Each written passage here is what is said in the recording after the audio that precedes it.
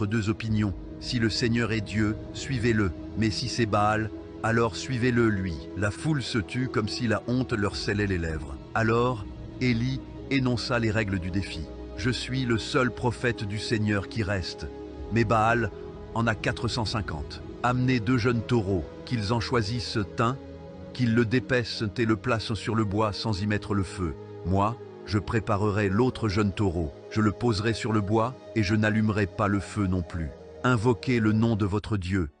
Et moi, j'invoquerai le nom du Seigneur. Le Dieu qui répondra par le feu, c'est lui le vrai Dieu. Les prophètes de Baal commencèrent les premiers. Ils préparèrent leur autel, découpèrent l'animal et le posèrent sur le bois sec. Alors débuta le sinistre spectacle. De l'aube jusqu'à midi, les 450 hommes criaient, sautaient et dansaient frénétiquement autour de l'autel, invoquant Baal. Mais il n'y eut aucune réponse, pas même le moindre signe. Baal garda un silence absolu et humiliant. Le soleil monta au zénith et Élie, voyant cette scène tragique, se mit à se moquer. « Criez plus fort! Peut-être Baal est occupé, ou il s'est éloigné, ou bien il dort. Réveillez-le. » Alors, pris de panique, ils hurlèrent avec une rage désespérée, poussant le sinistre spectacle jusqu'à se taillader à enseigner. Le soir tombait lentement sur le mont Carmel, mais il n'y eut pas de réponse. Aucun feu ne descendit. La foule se mit à murmurer, et l'impuissance de Baal apparut au grand jour aux yeux de tous les Israélites. C'était au tour d'Élie. La foule lasse et désillusionnée s'approcha en cercle autour de lui. En silence, il prit 12 pierres, une pour chaque tribu d'Israël, et releva l'autel brisé du Seigneur. Il disposa soigneusement le bois et, par-dessus, l'offrande. Puis il demanda l'impossible en pleine sécheresse. Il ordonna d'apporter 4 cruches pleines d'eau et de les verser sur le sacrifice. 1 fois, 2 fois, 3 fois, ils le firent, jusqu'à ce que l'autel soit entièrement détrempé et que l'eau remplisse un fossé autour du sacrifice. Alors, devant tous, le prophète leva les yeux vers le ciel et cria « Seigneur, Dieu d'Abraham, d'Isaac et d'Israël, montre aujourd'hui que tu es Dieu en Israël, que je suis ton serviteur et que tout cela je l'ai fait sur ta parole. Réponds-moi, Seigneur, réponds-moi, afin que ce peuple reconnaisse que tu es le seul Dieu et que tu ramènes leur cœur vers toi. » Le silence après la prière fut bref, mais profond. Et soudain, du ciel tomba un feu dévorant. Une flamme vive qui consuma en un instant le sacrifice, le bois, les pierres et l'eau, ne laissant que de la poussière et un silence révérencieux. Le peuple tomba à genoux, reconnaissant le vrai Dieu, et cria avec crainte « Le Seigneur est Dieu, le Seigneur est Dieu !» À cet instant, il n'y eut plus de doute. Yahvé avait répondu « Non, Baal !»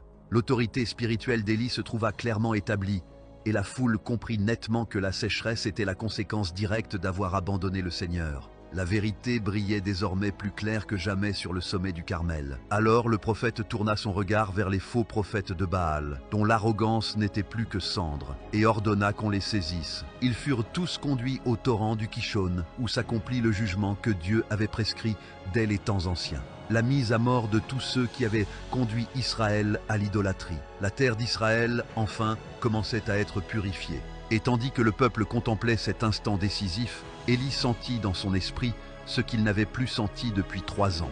Le murmure lointain d'une pluie sur le point d'arriver.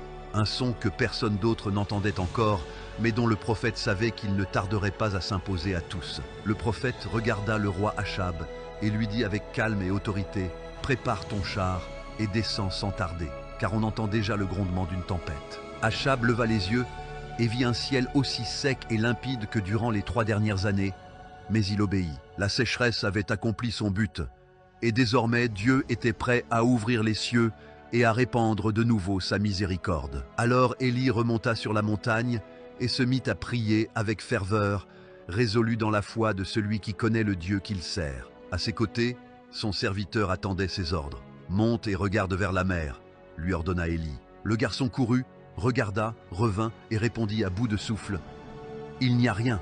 Élie ne bougea pas et d'une voix ferme insista « Retourne voir ». Le jeune revint une 2e fois et rien. Il revint une 3e, une 4e. 6 fois il revint en disant la même chose « Je ne vois rien, monsieur ». Mais Élie ne s'arrêta pas. Il continua d'implorer, certain que Dieu n'avait pas terminé. À la 7e fois, le jeune revint en courant et dit avec surprise « Je vois un petit nuage qui monte de la mer, à peine grand comme la paume d'une main. » Pour Élie, c'était suffisant. Il se leva d'un bond et d'une voix forte ordonna « Va dire à Achab d'atteler son char et de descendre vite, avant que la pluie ne l'arrête. » En quelques minutes, le petit nuage grandit. Le ciel s'assombrit rapidement et, depuis l'horizon, un vent violent se leva.